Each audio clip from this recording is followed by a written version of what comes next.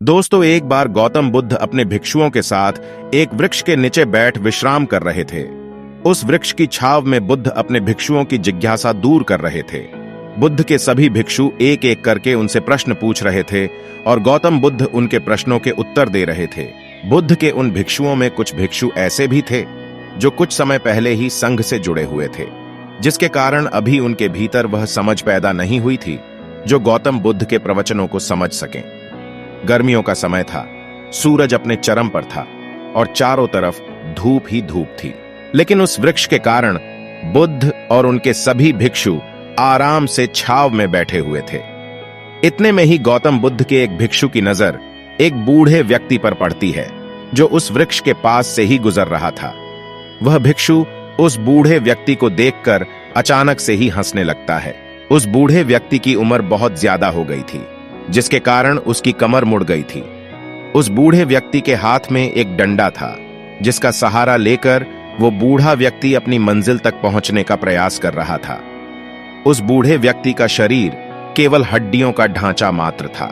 अपने भिक्षु को हंसते हुए देख बुद्ध उससे कहते हैं कि मेरे प्रिय भिक्षुओं, कृपा कर हंसो मत, क्योंकि जिस व्यक्ति को देखकर तुम अभी हंस रहे हो वो कोई साधारण व्यक्ति नहीं है, बल्कि वह व्यक्ति इसी क्षण तुम्हारे जीवन को रूपांतरित करने की क्षमता रखता है।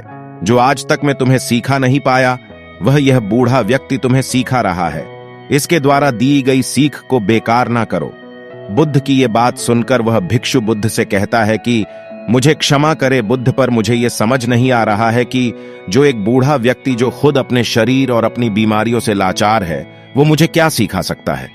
फिर बुद्ध उस भिक्षु से कहते हैं कि ये बूढ़ा व्यक्ति तुम्हें तुम्हारा भविष्य दिखा रहा है।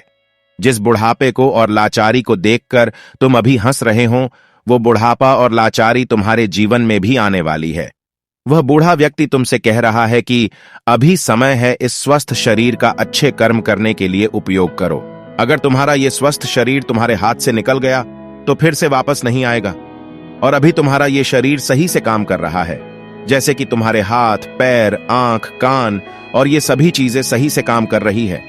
क्या यह छोटी बात है? और क्या तुम इसे मामूली सी बात समझ रहे हो? यह घटना कोई साधारण घटना नहीं थी जो अब भी तुम्हारे साथ घटी, और यह घटना तुम्हारे जीवन को बदलने की क्षमता रखती है। ठीक इसी तरह की घटना ने मेरा जीवन बदला था, और इस तरह की घटना के कारण ही मैं आज बुद्ध हूं। फिर वह भिक्षु बुद्ध से कहता है कि क्षमा करें बुद्ध, परंतु मेरे मन में यह विचार ही नहीं आया कि मैं उस बूढ़े व्यक्ति से कुछ सीख सकता हूं। उसे देखकर केवल मुझे हंसी आ गई। ऐसा इसीलिए हुआ क्योंकि तुम्हें अपने भीतर कहीं ना कहीं लगता है कि जिस स्थिति में आज वो बूढ़ा व्यक्ति है, उस स्थिति में तुम कभी नहीं आओगे। जिस बुढ़ापे का और लाचारी का सामना आज वो बूढ़ा व्यक्ति कर रहा है, तुम्हें लगता है कि उसका सामना तुम कभी नहीं करोगे। इसीलिए तुम उस बूढ़े व्यक्ति को देखकर हंस पाए। तुमने सच्चाई को नजरअंदाज कर दिया। अगर तुम सच्चाई को देख लेते तो चाहकर भी अपने आंखों के आंसुओं को नहीं रोक पाते, परंतु तुमने सत्य को अनदेखा कर दिया और तुम बहुत बड़ी संभावना से चूक गए। बुद्ध की यह बात सुन वो भिक्षु बुद्ध से क्षमा मांगता है और यह निश्चय करता है कि वह अपने स्वास्थ्य का उपयोग अपने अहंकार को बढ़ाने में नहीं, बल्कि परम सत्य को पाने में करेगा।